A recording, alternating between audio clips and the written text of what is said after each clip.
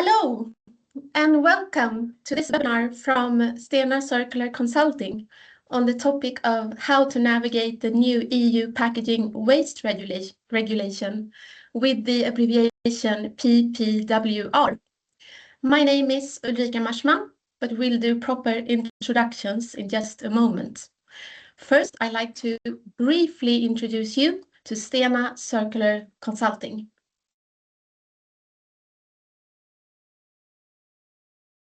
We are a group of expert consultants helping organizations turn circular economy ideas into business opportunities. We are also a part of Stena Recycling Group.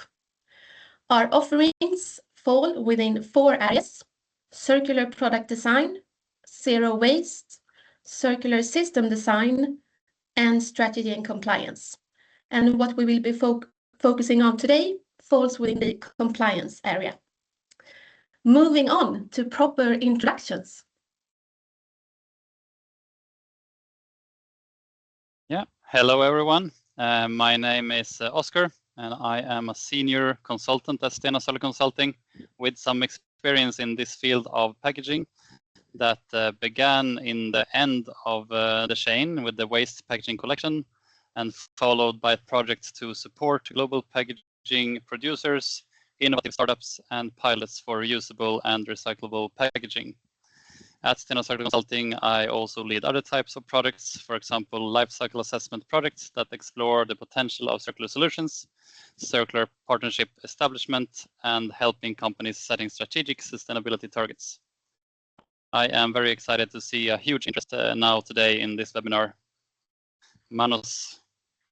Thank you, Oscar, and hi everyone, and thank you for attending our webinar today. My name is Manos, and my background is in civil and environmental engineering with a primary focus in circular economy and environmental sustainability. And at Circular Consulting, I'm working as a senior analyst with a primary focus on life cycle assessments, design for recycling, and regulation-related topics, including the regulation of packaging and packaging waste that we will discuss about today. Ulrika, please. As previously mentioned, my name is Ulrika, and I work within the operations department as operations lead. And today I will help address the questions some of you submitted when registering for the webinar. We also encourage you to use the Q&A section on the top bar there.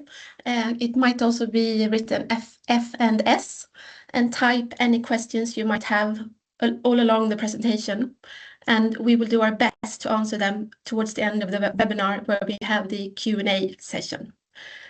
And also the webinar is recorded, and you will find the recording on our web page as from next week. And now that you know a little bit of who we are, we will also give you a glimpse of who you are. Since PPWR applies to most industries, we see participation across many sectors.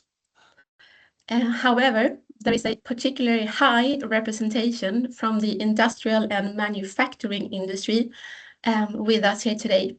But as you see, we also have healthcare and medtech, automotive and transport, consumer goods and retail. So you're all very welcome. And today's agenda looks like this. First, Oscar will make an introduction to the PPWR, its purpose, targets, and key milestones.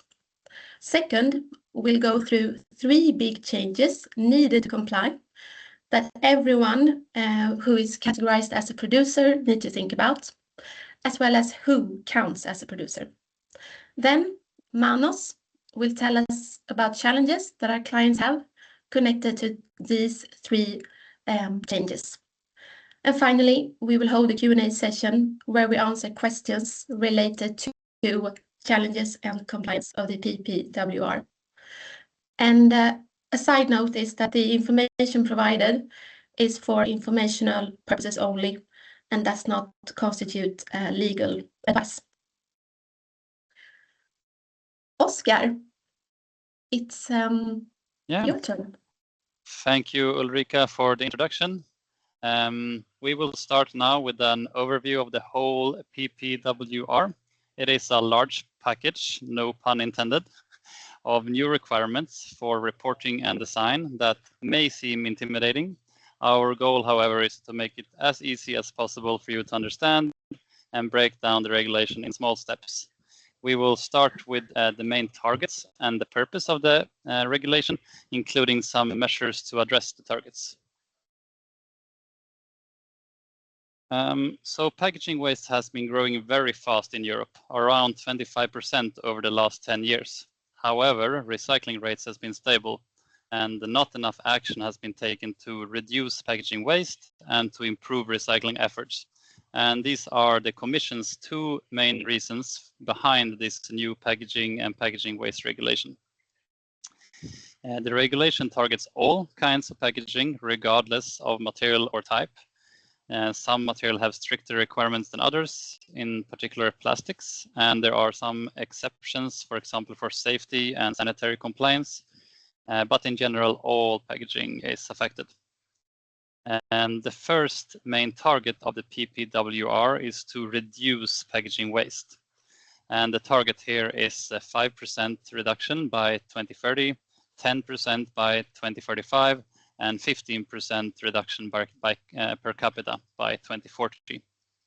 The second target is to increase packaging circularity.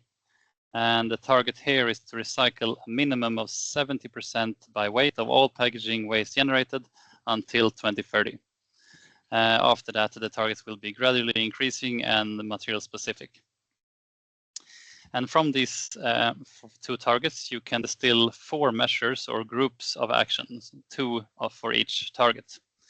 The first measure is to just eliminate unnecessary packaging. And this is, for example, group packaging around bottles, cans, or single-use cups and containers that sit on restaurants, or so-called double packaging. And these will be banned. And also, it also includes some measures for minimization of packaging, meaning not shipping air with packaging larger than the items inside, for example. And the second measure to reduce waste is to adopt reusable packaging solutions. And we believe that to keep growing revenue while reducing the packaging volumes, an increase of reuse is really the key. So you can sell the same packaging several times. For reusable packaging, a system for tracing and measuring how many loops, etc., these reusable packaging are doing will be mandated. When adopting reusable solutions, both economic and environmental feasibility is often a concern. Therefore, we highly recommend to forecast effects of reusable packaging system with both economic models like life cycle cost analysis and environmental models like life cycle assessment.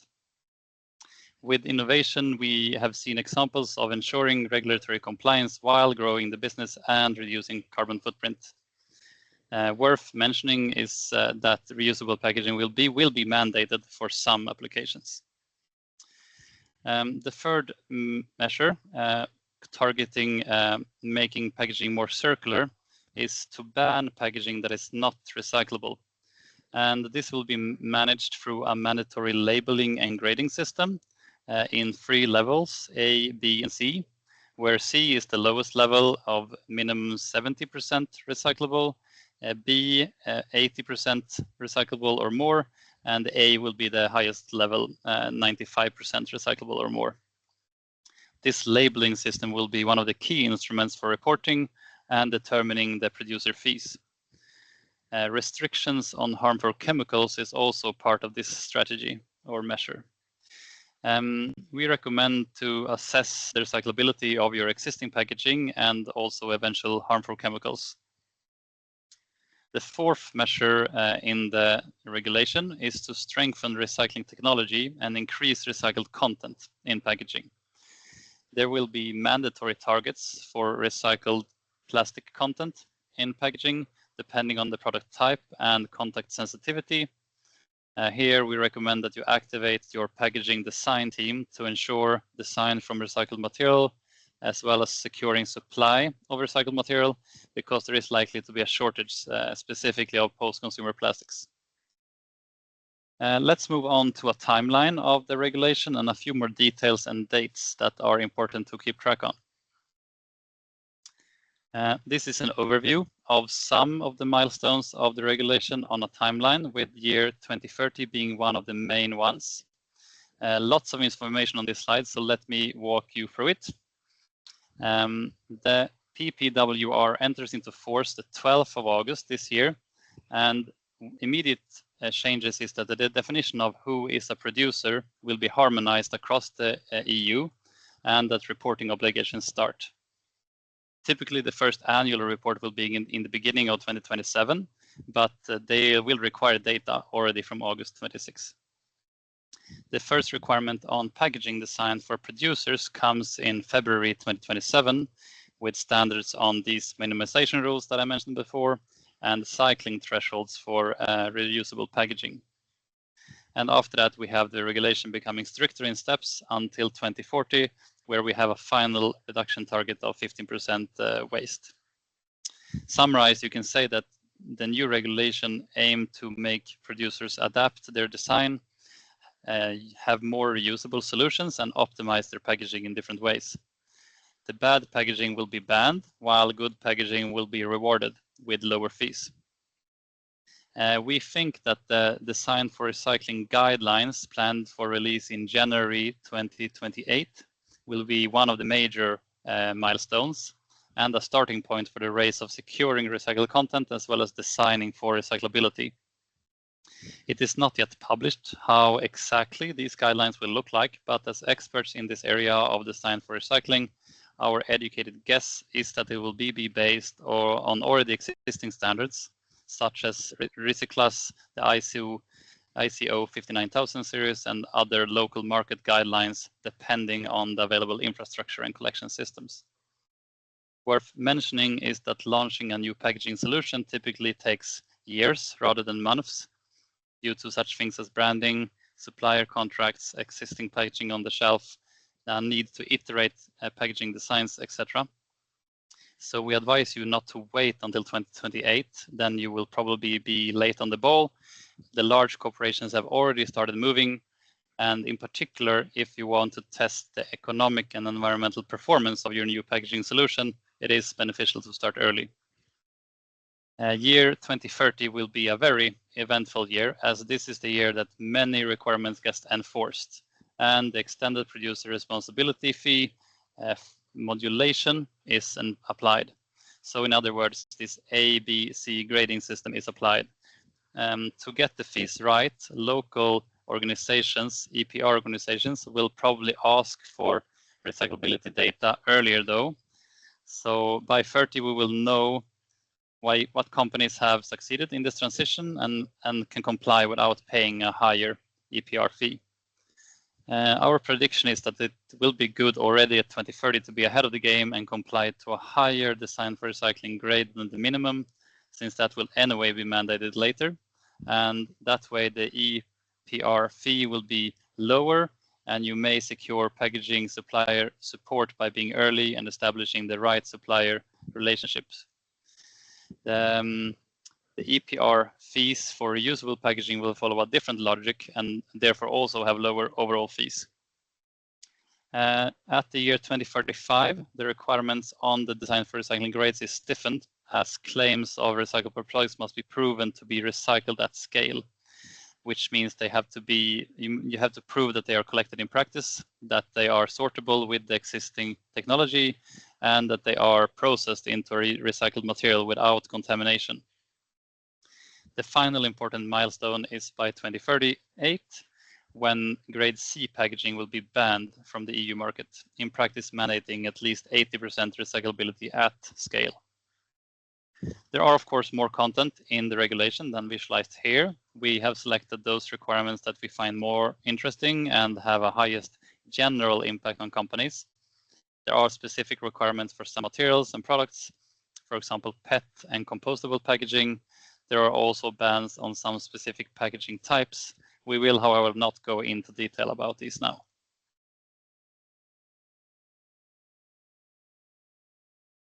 Yeah, so in this next chapter, we'll take a deeper look at 3 major changes that the regulation sets on companies.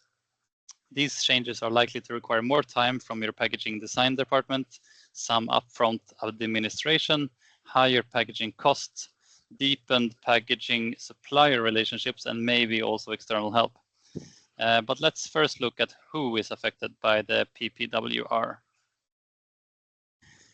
We have had many questions ahead of the webinar about who is reporting, and so I will try to be clear and give you some examples.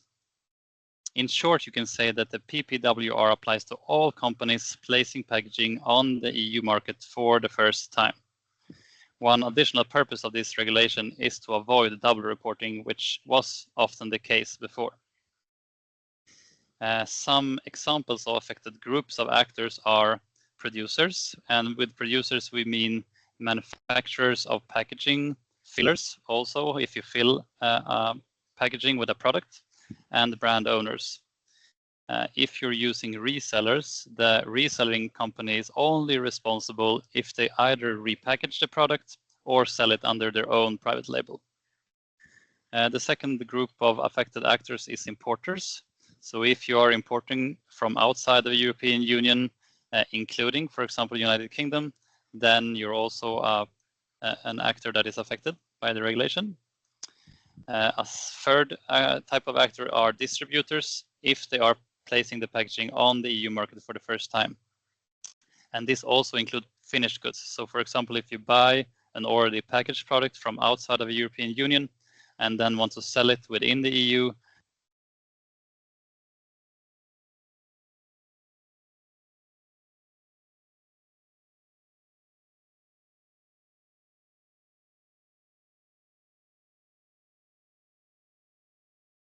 should report to their national EPR systems and relevant authorities in each market. So they should report where the product is placed on the market, where it is thrown away.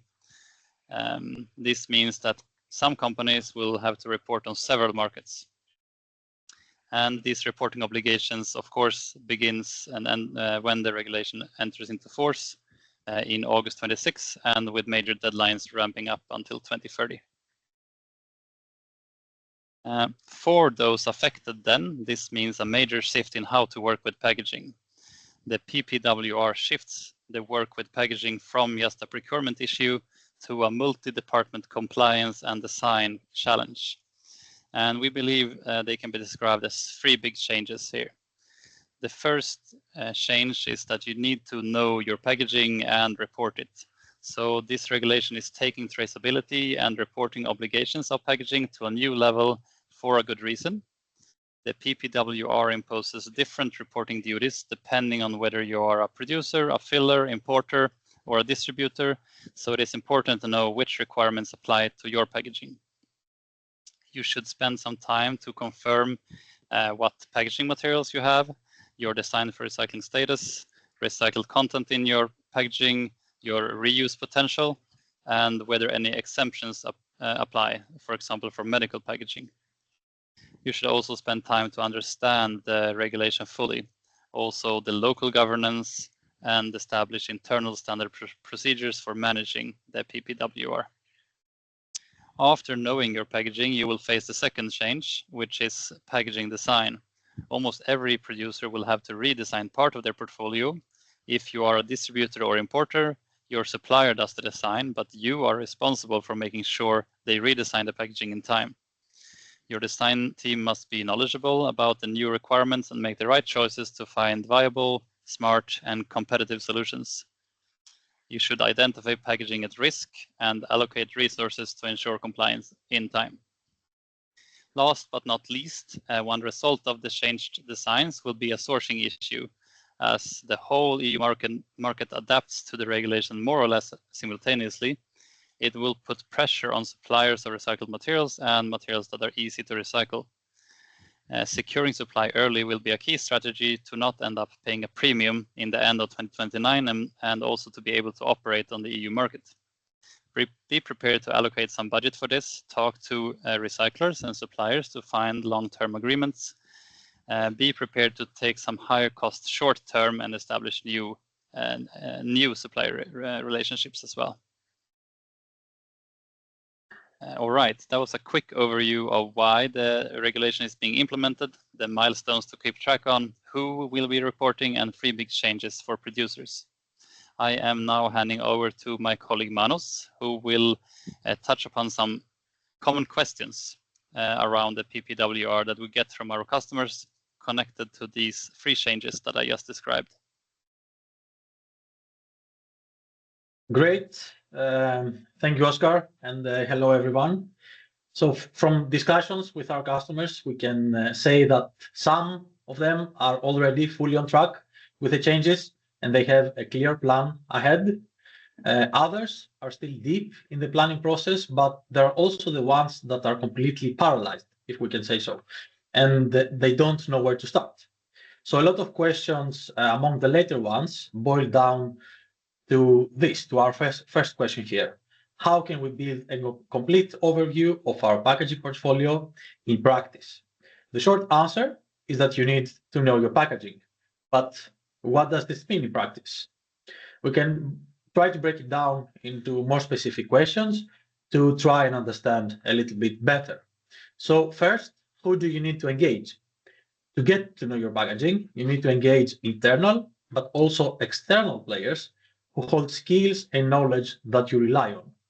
It can be people, for example, from the R&D and procurement to the legal department and the IT. It can also be external players, such as suppliers, recyclers, material experts, and, for example, testing labs.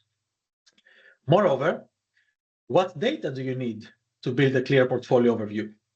The main challenge here is not exactly what data you need, but where to find the data.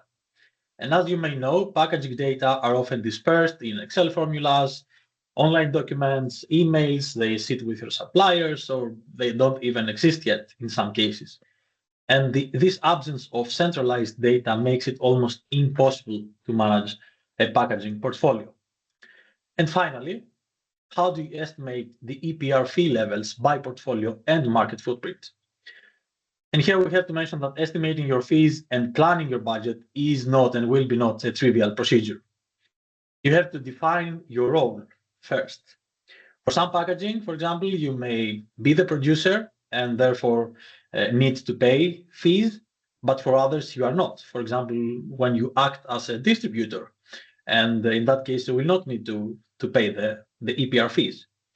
You must also estimate the recyclability grade for each packaging, since this will directly affect your fee level, and in some countries, even the recycled content will be a factor that will determine your fee levels. So, what can we conclude from all the above?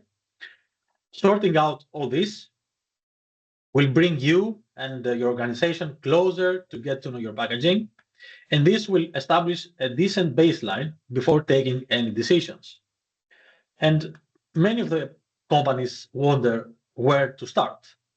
Here we have 2 high-level tips, and of course there's much more. First, you can make the regulation a board priority. Increase the awareness internally. Make this a board conversation. You need many departments on your side, from procurement and R&D to marketing and sales. Decisions between those departments require cross-functional alignment, and also to establish a clear governance. This is very, very well needed. Compliance will be the bare minimum here, especially for companies that want to be the leaders. Second, a digital packaging portfolio management system, which you can use as your decentralized data and decision-making tool, can really make this process a lot less painful. Moving on to the next question, and this is another one of the questions that we often get, is how can we adapt our packaging portfolio to meet recyclability obligations in a cost-effective way? And the answer again may sound simple, just redesign your packaging, but let's see if it is that simple. The packaging fees will no longer depend, as you understand, on material and weight. They will also depend on design decisions made months or even years earlier. And here, a small material or design choice will influence your annual costs on multiple markets. Let's zoom to the first sub-question. Balancing the trade-off between R&D expenses and accepting higher EPR fees is a real challenge. Packaging, on the first hand, will have to meet specific recyclability grades from A to C, as Oscar previously mentioned, and this means that a good amount of packaging must be redesigned.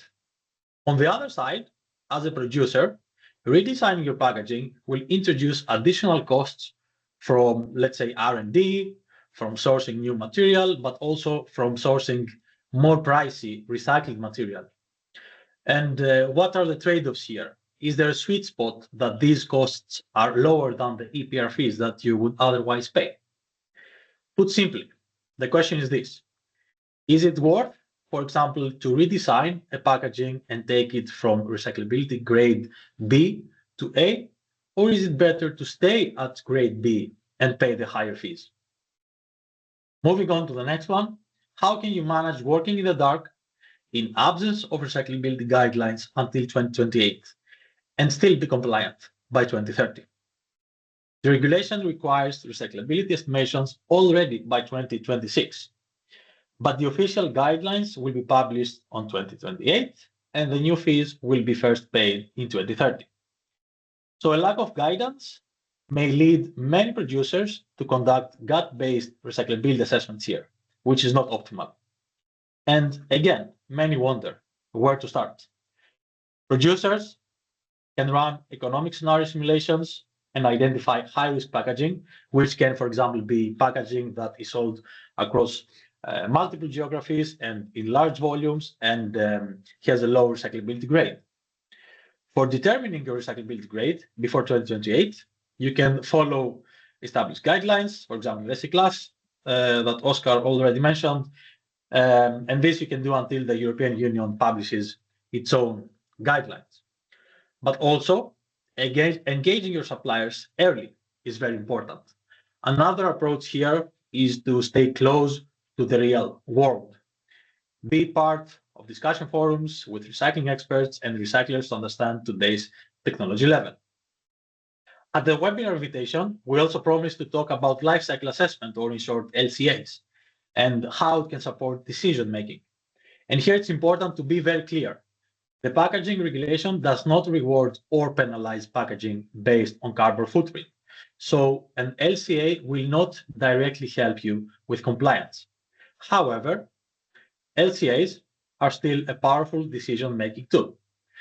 They offer companies the ability to go beyond baseline compliance and help them select the option that best aligns with their broader environmental goals. So in short, the regulation tells you what you must do, but the LCA helps you decide what you should do. This is the last one. So many companies also wonder, how can we secure plastic? How can we secure the supply to post-consumer recycled plastic, or in short, PCR? The requirements of recycled plastic are already coming by 2030 and 2040. And according to our own analysis, this is expected to increase the demand for post-consumer recycled plastic by 1.5 to 3.5 million tons, or 65 to 150% by 2030, which is really a lot. Moreover, the current capacity of recycling facilities to produce post-consumer recycled plastic and the supply levels are tight, especially for contact-sensitive applications. For example, food packaging, where high purity is required. And trying to secure supply when the demand will have already increased will be really challenging. However, the regulation mentions that in cases that recycling material availability is low and prices are high, they may adjust the existing requirements for recycled content. Let's see how they will do. And again, many may wonder here where to start. A good starting point is to talk to your suppliers and discuss how they can secure recycled material for you as early as possible. Also, establishing contracts with multiple suppliers increases your resilience in case, for example, that one supplier cannot deliver as agreed in the future or goes out of business. So the time is running. These were some of the most common questions that we get from our customers. But of course, there are a lot more, but we don't get the time to discuss them today. But we have some time to go further to the Q&A section and address some of the questions that we may have received from the audience today or during the previous day. And I will hand over to you, Ulrika. Thank you, Oscar and Manos, for that informative walkthrough. To support further discussion, we have created an offer that gives your company dedicated time with our experts. We will answer detailed questions tailored to your company's situation with the goal of helping you tackle the PPWR through the lens of the 3 major changes discussed during the webinar, as well as other challenges you might be facing. Today's webinar is also part of our webinar series, and recordings of all webinars are available on our website. And the remaining 14 minutes are devoted to a selection of questions that have been sent in beforehand whilst registering. I have also skimmed through the Q&A chat, and we have received many questions. I will pick a few of those. Our aim is to send a response via email to the ones of you who will not have your question presented because of lack of time. So the first question goes to you, Manos. Which methods can be used to demonstrate compliance with recyclability requirements that enters into force August 2026, since the implemented act will be published in 2028? Thank you, Ulrika. And yes, as we already mentioned, a practical way to demonstrate recyclability compliance before 2028 is to rely on already established design for recycling guidelines, like, for example, Recyclast that we already have mentioned a couple of times, which is for plastics, Forever Green for paper, CircPack for glass, paper, metal, and plastic, probably, just to name a few. And these approaches already mirror the regulation's intent and should be enough to demonstrate compliance. And as we mentioned during the presentation, also participation in discussion forums, as for example with recyclers and material experts, will improve your understanding regarding the real world recycling processes and the level of current technology. And this will help you understand how your packaging design will perform in the system. Yeah. And this question is for you, Oscar, because we actually lost your sound there for a few seconds when you presented. So could you please take the responsibility for distributors again, as the sound didn't go through? Yes, of course. I actually noticed there was something weird with my microphone, so apologies for that. So what I said about the distributors' responsibility is that distributors, when they place packaging on the EU market for the first time, then they are considered as a producer in under the directive, under the regulation, I mean. And this also includes finished goods. So for example, if you buy an already packaged product from outside of the European Union and then sell it within the EU, then you're also placing the packaging for the first time on the market. Yeah. And here's a question related to medical devices. There are different barriers required for keeping the device sterile. How is that packaging affected, Oscar?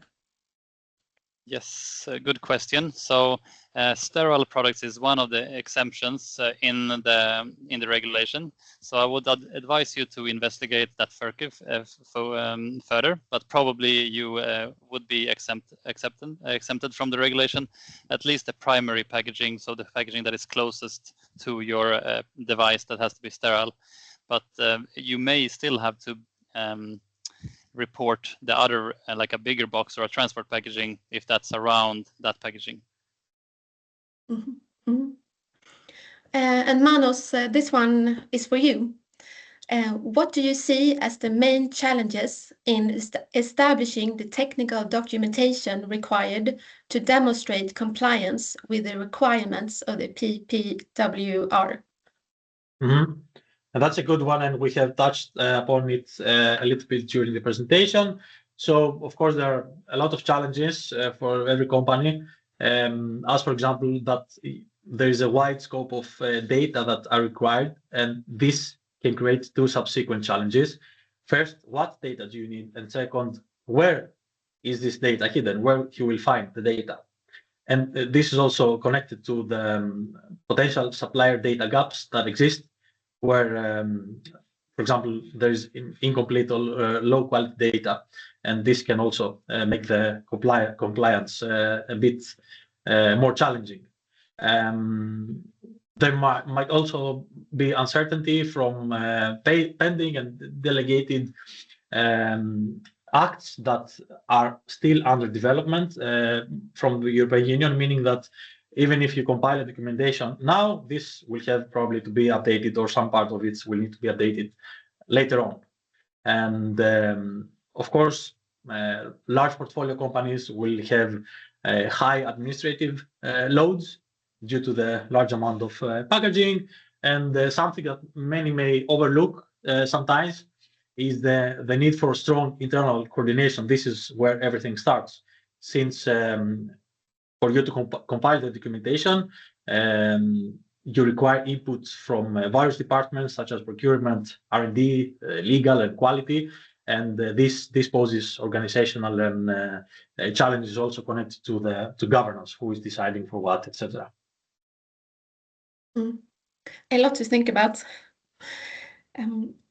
About reusing of used packaging, does it go in line with the packaging manufacturer's business interests?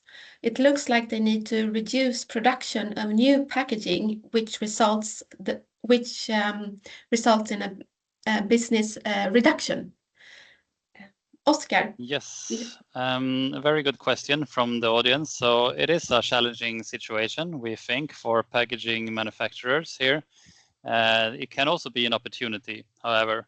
So I would advise to take more of a strategic direction here if the European market is important for you, either to take a position with supplying packaging that are compliant with the PPWR and taking market shares from other packaging manufacturers that cannot comply, or going into more reuse, like the person in the question are asking for. So we believe it can make business sense to go for a reusable solution rather than single use. However, it does require a good positioning, and it is more viable in some cases than others. So some products are more easy to create a reuse packaging for. For example, if it is in a smaller geographic area and so forth. When we actually recently made a project going for this, where we also developed a model where we could see what are the main pain points, where is it more expensive, and how can you make it economically feasible with a reuse model instead of single use. So it is challenging, but it is possible. Okay. And it is an opportunity for those who get a strategic advantage here. Yeah. Since we're taking turns a little bit when it comes to these questions here, the next one is for you, Manos.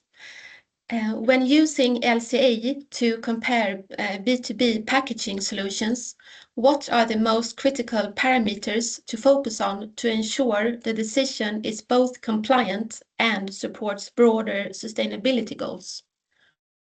Thank you, Ulrika. So if it's either B2B packaging or other types of packaging, the answer regarding the compliance should be pretty straightforward here. So you just have to ensure that all packaging alternatives that you have on your table, that they meet current and upcoming requirements of the regulation. And this is because LCA itself does not evaluate compliance. So you have to filter out the compliant packaging first, put them on the table.